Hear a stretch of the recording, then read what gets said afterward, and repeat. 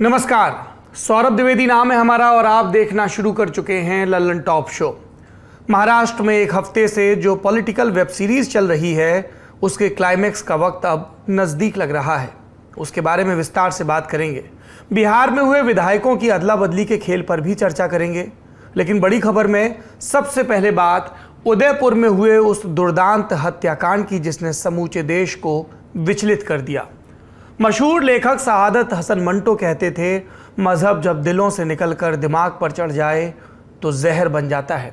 और जहर किस तरह जानलेवा होता है इसका उदाहरण उदयपुर के तौर पर हम सब के सामने है। इससे पहले फ्रांस की मैगजीन शार्ली हेब्दो की कहानी हो या फिर 2016 में फ्रांस के ही नीस में हुए लोन वुल्फ अटैक की बात, दर्जनों ऐसे उदाहरण धर्म पर चढ़ी कट्टरता की जिल्द हटाते ही आंखों के सामने घूमने लगते हैं।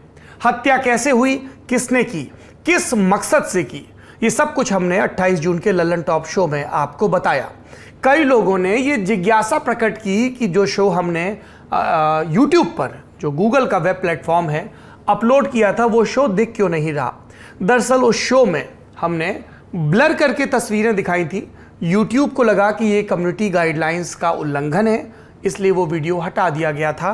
उसके बाद सुबह सवेरे हमने फिर से पूरा शो अपलोड किया उन तस्वीरों को हटा के, क्योंकि आप जिस भी प्लेटफॉर्म पर अपना वीडियो अपलोड करते हैं उसके नीति निर्देशकों को, उसके दिशा निर्देशों का पालन करने की आपसे उम्मीद की जाती है। इसलिए आपको शो एक बार रात में दिखा, फिर हटा और सुबह दोबारा अपलोड हुआ, जिसमें विस्तार से कत्ल की कहानी बताई गई। लेकिन आज उससे आगे की बात होगी, बुनियादी साजिश की बात होगी।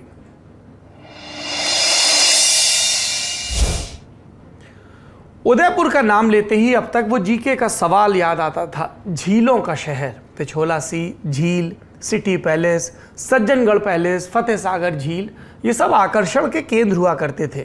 और मानसून के मौसम में तो उदयपुर देसी विदेशी सैलानियों से पटा रहता। लेकिन 28 जून को मजहब के नाम पर हुई नृशंस हत्या ने शहर के नाम पर एक दागदार पन्ना नत्थी कर दिया।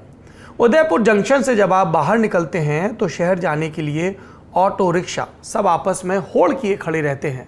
स्टेशन से बमुश्किल 5 किलोमीटर दूर है मालहास स्ट्रीट, पुराने शहर का इलाका। जैसे बाकी शहरों में होता है, भीड़ भाड़ और तंग गलियां, हिंदू मुस्लिम की मिक्स आबादी, और यहीं पर कन्हैया लाल की दुकान, सुप्रीम टेलर, जहां कल गला रेत कर कन्हैया लाल की हत्या कर दी गई। हत्या के बाद दिन भर पूरे इलाके में कर्फ्यू का सन्नाटा पसरा रहा। पुलिस ने दोनों हत्यारे मोहम्मद रियाज अख्तारी और गौस मोहम्मद को 28 जून की शाम राजसमंद से गिरफ्तार भी किया। उन्हें पूछताछ के लिए रात में ही उदयपुर ले आया गया। सुबह के वक्त शव का पोस्टमार्टम किया गया। पहले तो परिजन अंतिम संस्कार के लिए तैयार नहीं हो रहे थे। आखिरकार 31 लाख के मुआवजे और परिजनों को नौकरी का वादा कर समझा बुझाकर अंतिम संस्कार के लिए प्रशासन ने तैयार किया। सुरक्षा व्यवस्था की दृष्टि से पुलिस चाहती थी कि अंतिम संस्कार घर के पास ही कराया जाए, लेकिन परिजनों के कहने पर शमशान में अंतिम संस्कार की बात मान ली गई। भारी भीड़ के बीच अंतिम संस्कार हुआ। इस दौरान हत्यारों को फांसी देने के नारे भी लगते रहे। पुलिस भी दिन भर एक्शन में नजर आई। राजसमंद के एसपी की तरफ से जानकारी दी गई कि उदयपुर पुलिस ने हत्याकांड के आरोपियों के 3 सहयोगियों को भी हिरासत में लिया है। जल्दी पुलिस इस मामले में गैंग के दूसरे मेंबर्स को भी गिरफ्तार कर लेगी। मतलब ये कि पुलिस अब उस पूरी चेन की तलाश में है जो इस मानसिकता से जुड़ी हुई है। हम नहीं दिखा सकते, लेकिन अगर आपने हत्यारों के कबूलनामे वाला वीडियो देखा तो वो बाकी लोगों से औरों के सर कलम करने की बात करता है। पुलिस के डीजीपी एमएल लाथर ने बताया कि शुरू से ही वो इस केस को एक्ट ऑफ टेरर की तरह हैंडल कर रहे हैं।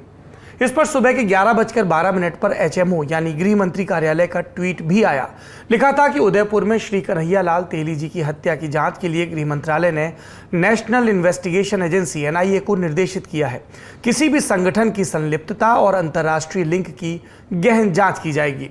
खबर यह भी आई कि रात में एनआईए की टीम दिल्ली से उदयपुर के लिए रवाना हो चुकी थी और आज सुबह ही एनआईए ने केस को टेक ओवर कर लिया। एनआईए वो एजेंसी है जो आतंकी वारदातों की जांच करती है। उन्हें ऐसे मामलों को हैंडल करने में एक्सपर्टीज है। इसके बाद एक ट्वीट राजस्थान के मुख्यमंत्री अशोक गहलोत का आया। उनकी तरफ से लिखा गया कि पुलिस अधिकारियों ने बताया कि प्रारंभिक जांच में सामने आया कि घटना प्रथम दृष्टया आतंक फैलाने के उद्देश्य से की गई। दोनों आरोपियों के दूसरे देशों में भी संपर्क होने की जानकारी सामने आई। इस घटना में मुकदमा यूएपीए के तहत दर्ज किया गया है, इसलिए अब आगे की जांच एनआईए द्वारा की जाएगी, जिसमें राजस्थान की एटीएस पूर्ण सहयोग करेगी। इसके बाद एनआईए ने नया केस दर्ज किया। हत्यारे रियाज और गौस के ऊपर आईपीसी की धारा 452, 302, 153A, 153B, 295A और 34 के तहत मुकदमा पंजीकृत हुआ। साथ ही यूएपीए की धारा 16, 18 और 20 को भी जोड़ दिया गया। यूएपीए लगने के बाद अब आतंकवादी एंगल की भी जांच शुरू की जा चुकी है। सुनिए इस पर मुख्यमंत्री गहलोत ने और क्या कहा। ऐसे ही अपना काम शुरू कर दिया है कल रात से ही, रात पूरी करके कर दिया उसका। और अभी मैं जा रहा हूँ, जाते हम लोग लॉन्ग ऑर्डर में लेके भी मीटिंग कर रहे हैं। ये जो खबरें आ रही है तो ये जो मारा है उनके क्या प्लान थे, क्या षड्यंत्र था, किससे लिंक है, राष्ट्रीय अंतर्राष्ट्रीय कोई ऐसी एजेंसी है क्या जिससे लिंक है, तो तमाम बातों खुलासा होगा। तो ये इसको हम उस गंभीरता से ले रहे हैं कि घटना कोई मामूली नहीं है और ऐसे हो नहीं सकते जब तक इसका कोई अंतर्राष्ट्रीय या राष्ट्रीय स्तर पर कोई जो ऐसे रेडिकल एलिमेंट है उससे लिंक नहीं हो, तब तक ऐसी घटना होती नहीं है। ये अनुभव कहता है। उसी रूप में इसकी जांच पड़ताल शुरू की गई है। कार्रवाई के भरोसे और विदेशी ताकतों के हाथ के दावे के बीच एक बड़ा बयान राजस्थान के गृह राज्य मंत्री राजेंद्र यादव की तरफ से भी आया। उन्होंने बताया कि हत्या का एक आरोपी कुछ दिन पाकिस्तान रहकर आया था। सुनिए। उनमें से एक जो 2 अपराधी पकड़े गए, एक अपराधी 2014-15 में लगभग 45 दिन कराची रह के आया पाकिस्तान, और उसका मूवमेंट 18-19 के आसपास अरब कंट्री में भी है। नेपाल में भी उसने 1-2 बार दौरे किए और लगातार वो फोन पे 8-10 पाकिस्तानी नंबरों पे उनके टच में है, जो एसओजी उसमें जांच कर रही है। तो निश्चित तौर पे जिस तरीके का वातावरण बनाया गया है, जिस तरीके से उन्होंने वीडियो वापस डाली है, जिस तरीके का उन्होंने चैलेंज किया है, ये महज और महज 2 धर्मों को लड़ाने के लिए, 2 धर्मों के अंदर आतंक फैल जाए जिससे कि पूरे प्रदेश का जो सौहार्दपूर्ण वातावरण है वो बिखर जाए, उसके ऊपर इन्होंने सोची समझी नीति के तहत ये हुआ। राजेंद्र यादव के मुताबिक गौस मोहम्मद 8 पाकिस्तानी नंबरों के संपर्क में था। वो अरब कंट्रीज और नेपाल भी अलग अलग मौकों पर जा चुका है। रियाज राजसमंद के आसिंद का रहने वाला है और 10 भाइयों में सबसे छोटा है। 21 साल पहले वो उदयपुर रहने आ गया था। रियाज के बारे में जानकारी जुटाने पर पता लगा कि वो उदयपुर के मुस्लिम बाहुल इलाके किशनपोल में अपनी पत्नी के साथ रहता था। 12 जून को उसने यहाँ पर किराए पर कमरा लिया था। हत्या के पहले रियाज ने अपनी पत्नी को किसी दूसरी जगह पर छोड़ दिया। स्थानीय लोगों के मुताबिक दोनों की दोस्ती नमाज के दौरान हुई। गौस मोहम्मद मस्जिद में नमाज पढ़वाता था। दोनों मोहल्ले में आसपास रहते थे। गौस का परिवार फरार है, जिसकी तलाश में पुलिस की टीम जुटी है। आज तक के संवाददाता अरविंद ओझा ने मौके पर जाकर पता लगाने की कोशिश की। रियाज के मकान मालिक से भी बात की। सुनिए। रियाज यहाँ रह रहा था कि नहीं? रह रहा था वो, बाकी उसका कोई टाइम ठिकाना नहीं था। सुबह जल्दी निकल जाता, शाम को लेट तक आता। कैसा था रियाज? क्या मतलब किस तरह का व्यवहार था उसका? व्यवहार तो अभी आके रहा वो, वैसे 10-12 तारीख को आके रहा वो। मेरे उसकी इतनी वो नहीं हुई बात विचार, खाली उसकी वाइफ वही, वो उन्होंने कमरा लिया किराए से और उसके बाद वो सामान वगैरह लाए थे। कितने दिन पहले? मतलब 12 तारीख को। 12 जून को? हाँ, ये 12। उदयपुर में कन्हैया लाल की हत्या करके पूरे हिंदुस्तान को हिला देने वाले रियाज अटारी का जो ये कमरा है, इसी कमरे में वो अपनी पत्नी के साथ किराए पर रहता था।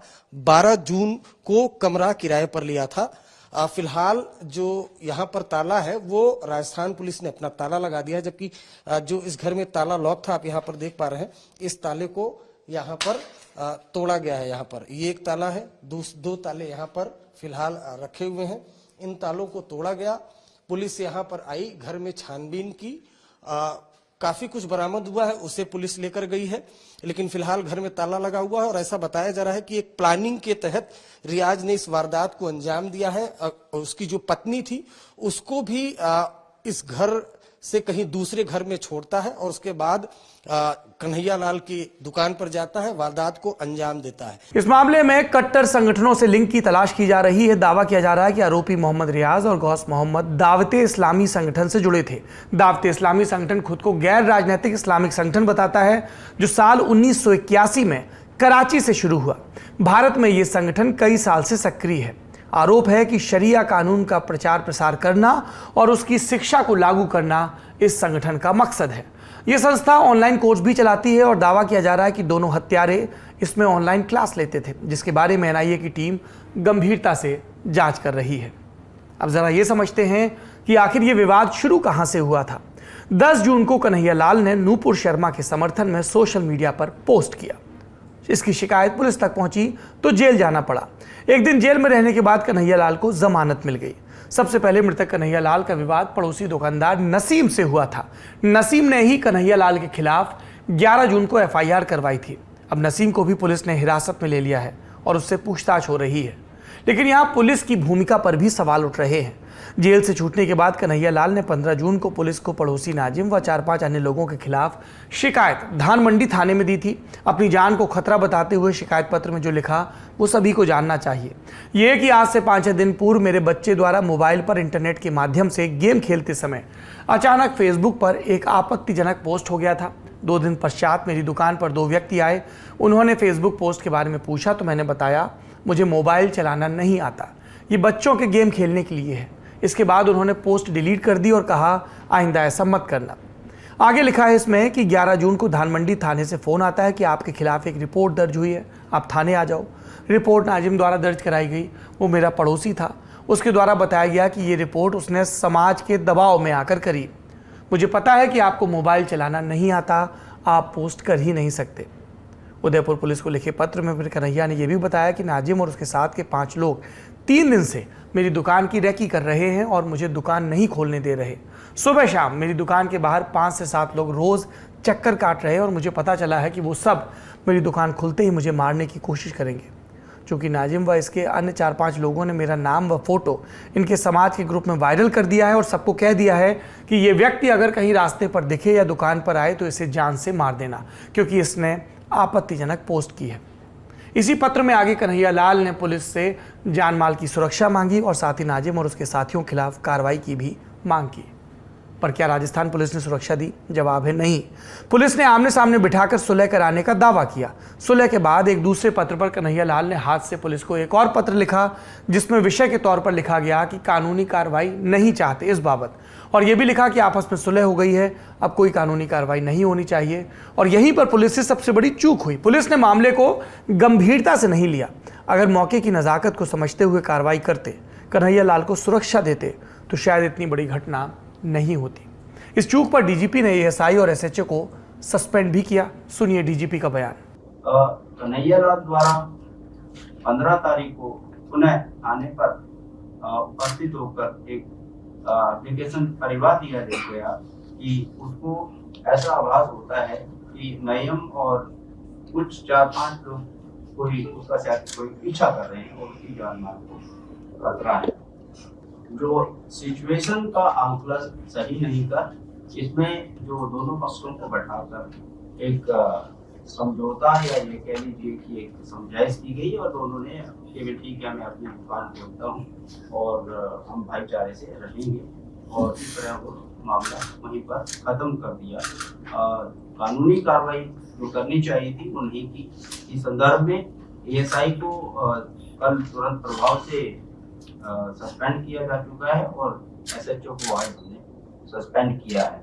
और भी यदि किसी अधिकारी की इसमें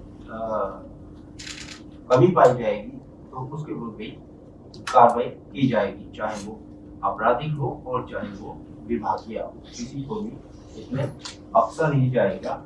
जहाँ तक फर्दर इन्वेस्टिगेशन का सवाल है, अब एनआईए के साथ मिलकर राजस्थान पुलिस में फर्दर इन्वेस्टिगेशन करेगी। पुलिस की इतनी कार्रवाइयों के बावजूद अब भी राजस्थान के कई इलाकों में तनाव की स्थिति बनी हुई है। उदयपुर के अलावा कुछ जिलों के संवेदनशील इलाकों में गश्त बढ़ा दी गई है। जयपुर जैसे कई जिलों में विरोध प्रदर्शन भी देखने को मिले। सबसे ज़्यादा बवाल राजसमंद जिले में हुआ, जहां का मुख्य आरोपी रियाज रहने वाला है। जिस भीम कस्बे से रियाज को पकड़ा गया था वहां सुबह ही धारा 144 लगा दी गई थी। बावजूद इसके भीड़ इकट्ठा हुई, उपद्रव हुआ, पथराव शुरू हुआ। उपद्रव के दौरान किसी असामाजिक तत्व ने एक पुलिसकर्मी पर धारदार हथियार से हमला भी किया, जिसमें पुलिसकर्मी, जिसका नाम संदीप चौधरी बताया गया, वो गंभीर रूप से जख्मी हो गए। इलाज के लिए उन्हें अजमेर के अस्पताल में रेफर कर दिया गया है। पुलिस ने इसके बाद लाठीचार्ज कर प्रदर्शनकारियों को भगाया और पूरे भीम कस्बे को छावनी में तब्दील कर दिया। ये उदयपुर में हुई घटना से जुड़े आज के तमाम अपडेट्स हैं। एनआईए ने हत्या के आरोपियों से पूछताछ शुरू कर दी। शांति व्यवस्था कायम करने की अपील मुख्यमंत्री की तरफ से लगातार की जा रही है और शाम को सर्वदलीय बैठक भी बुलाई गई। सुनिए इस पूरे मसले पर विपक्ष ने क्या कहा। राजस्थान की राज्य सरकार की जो पिछले 3.5 साल में जिस तरह से उन्होंने कार्रवाई करी है, पूरी तरह से राज्य सरकार इस आतंकी हमले के लिए जिम्मेदार है। ये अपने आप में एक अलग घटना नहीं है। ऐसी घटनाएं बार बार राजस्थान में हो रही हैं।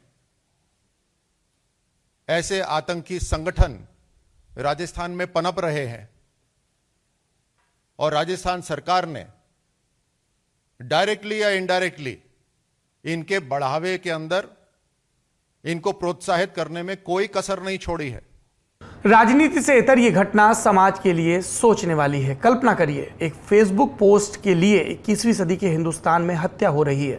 किसी ने कुछ ऐसा लिखा जिससे आपकी धार्मिक भावनाएं आहत हुई। पुलिस से शिकायत की, पुलिस ने कार्रवाई की, जेल भी जाना पड़ा। लेकिन मजहब के नाम पर किसी का गला काट देना, ये हिंदुस्तानी नहीं तालिबानी सोच है और ऐसे हत्यारों के लिए निंदा छोटा शब्द है। सोशल मीडिया पर मांग हो रही है कि फास्ट ट्रैक कोर्ट में केस चलाकर दोनों हत्यारों को फांसी पर चढ़ाया जाए, क्योंकि ये आम घटना नहीं है, आतंकी घटना है। सरकार भी यही मानती है। जिनको भी हत्यारों के प्रति जरा सी भी सहानुभूति होती है, उनका सामाजिक बहिष्कार होना चाहिए। ऐसे कृत्य की बिना किसी लाग लपेट, बिना किसी इफ बट के भत्सना होनी ही चाहिए। कोई भी सभ्य समाज इसे स्वीकार नहीं कर सकता। इस मामले से जुड़े जो भी अपडेट होंगे हम आज तक आप तक पहुंचाते रहेंगे। अब बढ़ते हैं दिन की सुर्खियों की तरफ। पहली सुर्खी बिहार से है। असदुद्दीन ओवैसी की पार्टी एआईएमआईएम के 4 विधायक आरजेडी में शामिल हो गए। आज आरजेडी नेता और विधानसभा में नेता प्रतिपक्ष तेजस्वी यादव खुद कार ड्राइव करते हुए इन विधायकों को लेकर विधानसभा स्पीकर के पास पहुंचे। इन विधायकों के आने से आरजेडी के विधायकों की कुल संख्या 80 हो गई और वो बिहार में सबसे बड़ी पार्टी बन गई। इस सियासी उलटफेर के बाद अब बिहार विधानसभा में बीजेपी के पास 77, जेडीयू के पास 45, जीतन राम मांझी की हम पार्टी के 4 और एक निर्दलीय मिलाकर एनडीए के पास कुल 127 विधायक हैं, जबकि विपक्षी गठबंधन में आरजेडी के 80, सीपीआई-एमएल के 12, सीपीआई-एम के 2 और सीपीआई के 1 विधायक हैं। इसके अलावा कांग्रेस के पास 20 और एआईएमआईएम के पास सिर्फ 1 विधायक बचा है। दूसरी सुर्खी उपराष्ट्रपति के चुनाव से जुड़ी है। 6 अगस्त को उपराष्ट्रपति के पद के लिए वोटिंग होगी। इसी दिन चुनाव के नतीजे भी घोषित हो जाएंगे। आज इसके लिए अधिसूचना जारी कर दी गई। नामांकन की प्रक्रिया 5 जुलाई से शुरू होकर 19 जुलाई तक चलेगी। वर्तमान उपराष्ट्रपति वेंकैया नायडू का कार्यकाल 10 अगस्त को खत्म हो रहा है। उपराष्ट्रपति का चुनाव राज्यसभा और लोकसभा के सांसद मिलकर करते हैं। इस बार उपराष्ट्रपति चुनाव के लिए चुनाव अधिकारी लोकसभा के महासचिव होंगे। नियमानुसार बारी बारी से लोकसभा और राज्यसभा के महासचिव इस चुनाव के मतदान अधिकारी होते हैं। तीसरी सुर्खी में बात महाराष्ट्र की राजनीति में चल रही उठापटक की, जहां दिन की पहली बड़ी खबर राजभवन से आई। राज्यपाल भगत सिंह कोश्यारी ने 30 जून को यानी अगले दिन विधानसभा का विशेष सत्र बुलाने का ऐलान किया। राज्यपाल ने साफ कहा कि इसका एजेंडा मुख्यमंत्री के खिलाफ अविश्वास प्रस्ताव है। राज्यपाल की ओर से कहा गया कि राज्य की राजनीतिक स्थिति बहुत अच्छी नहीं है। शिवसेना के 39 विधायक पहले ही महाविकास अघाड़ी से अलग होने की बात कह चुके हैं। वहीं 7 निर्दलीय विधायकों ने भी पत्र लिखकर उद्धव सरकार से समर्थन वापस लेने की बात कही। राज्यपाल ने कहा कि विपक्ष के नेता भी उनसे मिले और फ्लोर टेस्ट यानी बहुमत परीक्षण की मांग की। राजभवन से आए फ्लोर टेस्ट के आदेश पर उद्धव गुट की तीखी प्रतिक्रिया भी आई। राज्यसभा सांसद संजय राउत ने कहा कि बीजेपी और राज्यपाल मिलकर संविधान से खिलवाड़ कर रहे हैं। राउत ने फ्लोर टेस्ट की मांग को गैर कानूनी बताया और कहा कि विधायकों को अयोग्य ठहराने का मामला भी पेंडिंग है। उन्होंने ट्वीट कर कहा कि 16 विधायकों की अपात्रता के मामले में कम दिन की मोहलत दी गई, इसलिए सुप्रीम कोर्ट विधायकों को 11 जुलाई तक अपना पक्ष रखने का समय दे रहा है। दूसरी तरफ राज्य विधानसभा का सत्र एक दिन में बुलाया जाता है। ये न केवल अन्याय है बल्कि भारतीय संविधान का उपहास है। फ्लोर टेस्ट के खिलाफ शिवसेना सुप्रीम कोर्ट भी पहुंची। शाम 5 बजे इस पर सुनवाई शुरू हुई। शिवसेना का पक्ष रखते हुए अभिषेक मनु सिंघवी ने कहा कि जब तक विधायकों का सत्यापन नहीं हो जाता, फ्लोर टेस्ट नहीं किया जाना चाहिए। फ्लोर टेस्ट बहुमत जानने के लिए होता है, इसमें इस बात की उपेक्षा नहीं की जा सकती कि कौन वोट डालने के योग्य है, कौन नहीं। इस पर कोर्ट ने पूछा कि फ्लोर टेस्ट कब करवा सकते हैं, इसे लेकर क्या कोई नियम है। जवाब में सिंघवी ने कहा कि आमतौर पर 2 फ्लोर टेस्ट में 6 महीने का अंतर होता है, इसलिए अभी फ्लोर टेस्ट कुछ दिनों के लिए टाल देना चाहिए। सिंघवी ने फ्लोर टेस्ट के आदेश पर भी सवाल उठाए। उन्होंने कहा कि राज्यपाल ने फ्लोर टेस्ट के लिए मंत्रिमंडल से सलाह नहीं ली। राज्यपाल अस्पताल में थे, बाहर आने के 2 दिन के भीतर विपक्ष के नेता से मिले और फ्लोर टेस्ट का फैसला ले लिया। सुप्रीम कोर्ट के फैसले पर और अधिक जानकारी दे रहे हैं हमारे साथी अभिनव। अभी आप सौरभ जी से सिंघवी की दलीलों के बारे में सुन रहे थे। सिंघवी की बहस जब सुप्रीम कोर्ट में पूरी हुई तो शिंदे गुट के वकील नीरज किशन कौल बोलना शुरू करे। नीरज किशन कौल ने दलील दी कि अगर जैसे जज ने पूछा कि क्या ये लोग विपक्ष की सरकार बनवाना चाहते हैं, तो फिर उसके बाद जब कौल ने बोलना शुरू किया तो कहा, इस डिप्टी स्पीकर को लेकर काफ़ी बात हुई, तो कहा कि जब डिप्टी स्पीकर के खिलाफ खुद अविश्वास प्रस्ताव हो तो वो विधायकों की अयोग्यता पर कैसे सवाल उठा सकते हैं। कौल ने आगे कहा कि फ्लोर टेस्ट को टाला नहीं जाना चाहिए, यही हॉर्स ट्रेडिंग से बचने का सबसे अच्छा तरीका है। कौल ने आगे कहा कि हमारा कहना है कि अयोग्यता का मसला लंबित होने के चलते अभी फ्लोर टेस्ट को नहीं टाला जाना चाहिए। ये शिंदे गुट के वकील थे, इनकी तरफ से दलील दी जा रही थी कि राज्य सरकार के बहुमत परीक्षण को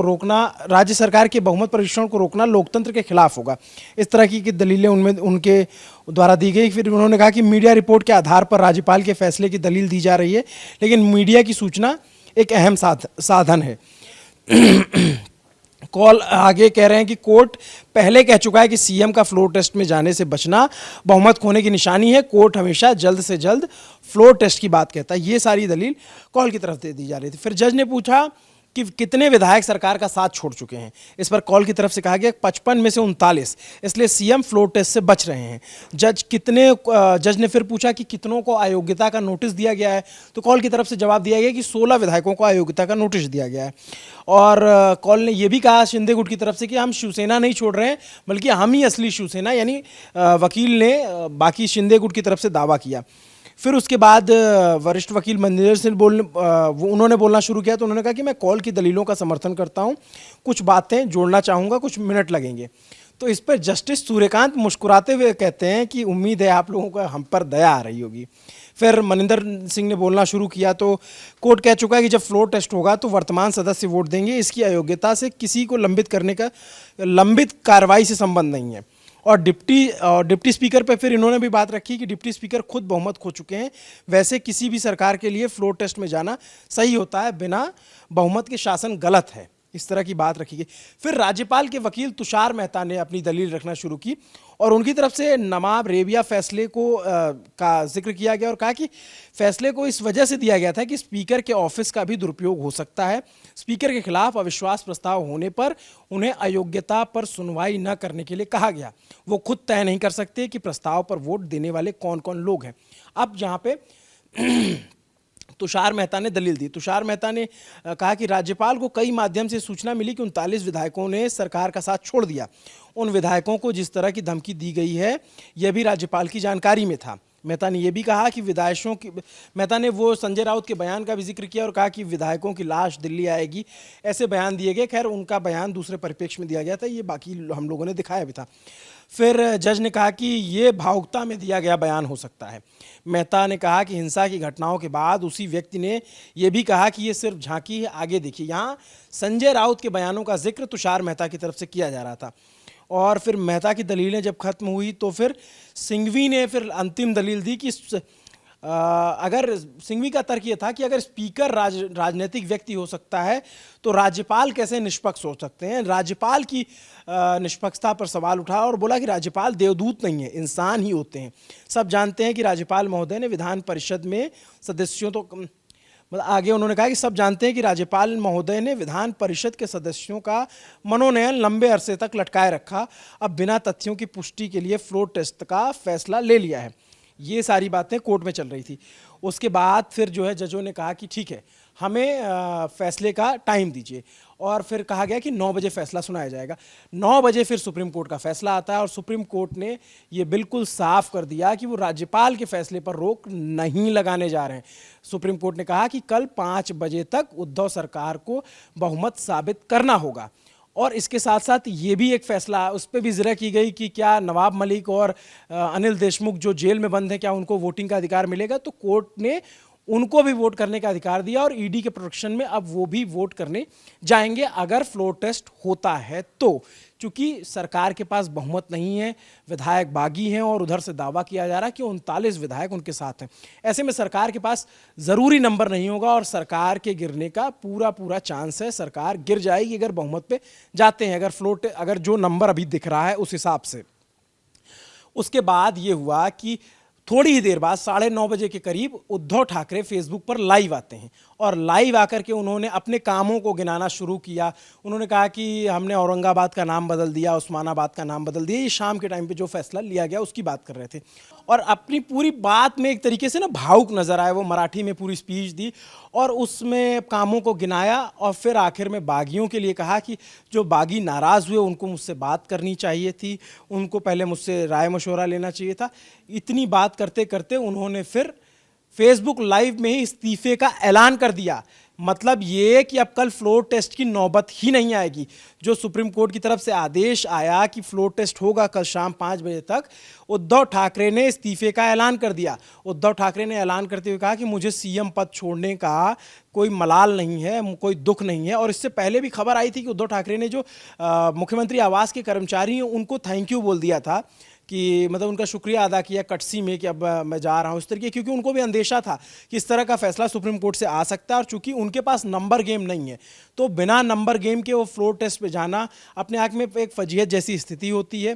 तो उससे बचने का ऐलान जो है, उससे बचने की एक तरीके की कोशिश थी और उद्धव ठाकरे ने सीएम पद से इस्तीफा दे दिया फेसबुक लाइव के जरिए। ये थी सुर्खियां। अब देखते हैं आखिरी में दिन का वीडियो।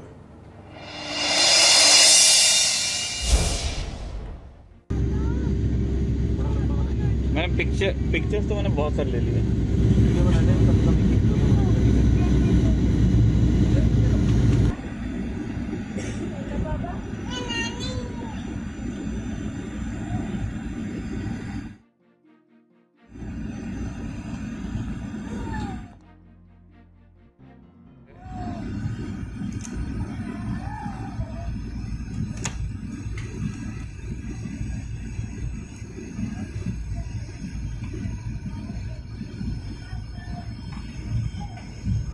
स्क्रीन पर आपको हवा से सिलचर शहर और आसपास का इलाका दिख रहा है।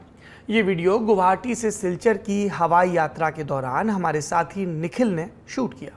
वीडियो में आप देख सकते हैं कि सिलचर में किस तरह की भीषण बाढ़ आई हुई है।